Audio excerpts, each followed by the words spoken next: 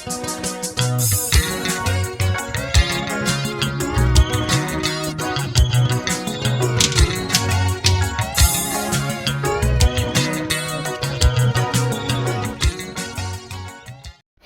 zakwethu sanibonani okankomgodo umfana ngizoba mfishane nje lola ngenhla kwami uSiphile Mdaka ngiyacabanga ngibiza kahle oyi-ANC imeya kumasipala wasemkhanya kude orepresenta iqembu lamasela iqembu lemgulukudu iANC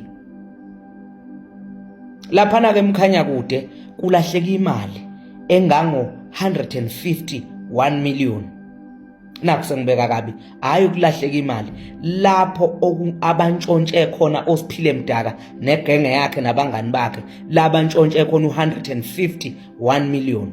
uSiphiwe Mdaka ke vele uyazenzela nje kuloya mkhandlu uqashela inkampani ayithandayo ngoba kufanele abenefit adle into eyenzekile mase befikile abazophenya ukuthi ngabe le mali uSiphile Mdaka nabangani bakhe bayithathe kanjani.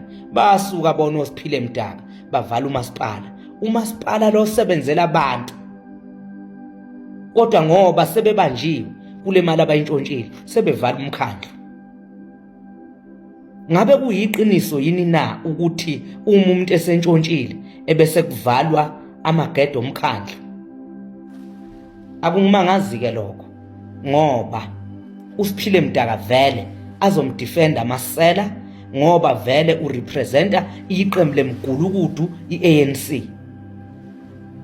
Kodwa ke ngizokucela njengamanje ukuthi umphakathi wasemkhanya kude sukumani ke manje nime ngenyawo ngoba uSiphile Mdaka lo usenichaphaze isikhathi eside. Imali okwakuthiwa kufanele nifakelwe ngayo amanzi yiyo labayihubhuzayo ekuthiwa ilahlekile ayibingalahlekile beyintshontshiwe uSiphile Mdaka negenge yakhe la asebenza nabangani bakhe.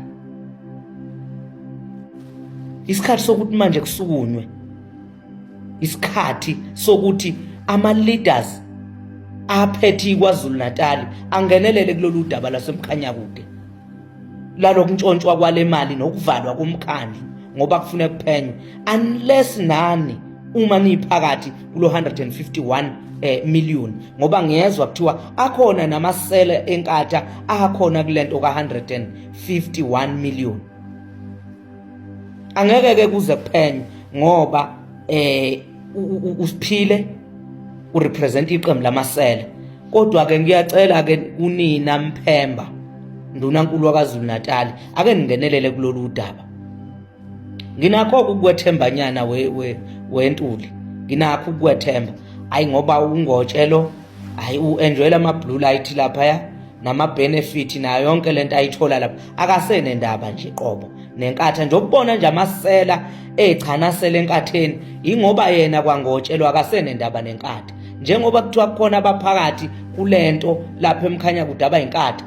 Ntuli mina ngiyakwethemba ukhona lo mfana lo munye la eGoli lo ucishe bengangami ngilingana naye lokuthi uMabasa ngazi bani Mabaso MMC ibona abantu ke ngisababona besasebenza lapha enkatheni nabangakhona ukushintsha izinto kodwa nje laba abanye ongotshe laba kulungile ke kodwa Ntuli awungenelele ebhuti omdala kulolu daba lasemkhanya kude ngoba it's not about ujoba ngikhuluma mhlambe ngikhuluma njoba ngithwele iskipa somkhonto noma ngumkhonto kodwa njengamanje abantu basemkhanya kude bazohlukumezeka ngalento eyenzakalayo bengangeni indawo bona kulento. Ake ningenelele njengabaholi Ntuli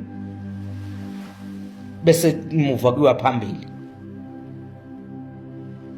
Awuvusa inkatha mani lapho Ntuli ngidlela amahlanga manje la enkatheni angibabhokhi ngiyabanyisa. Mhlambe ngizobaxolela makuthiwa sekuphethe mhlambe kukhona ozokuzama. Iyasemaningi namasela enkatheni since bejoyine nje iGNU uvela yonke inhlobo yesela ke manje.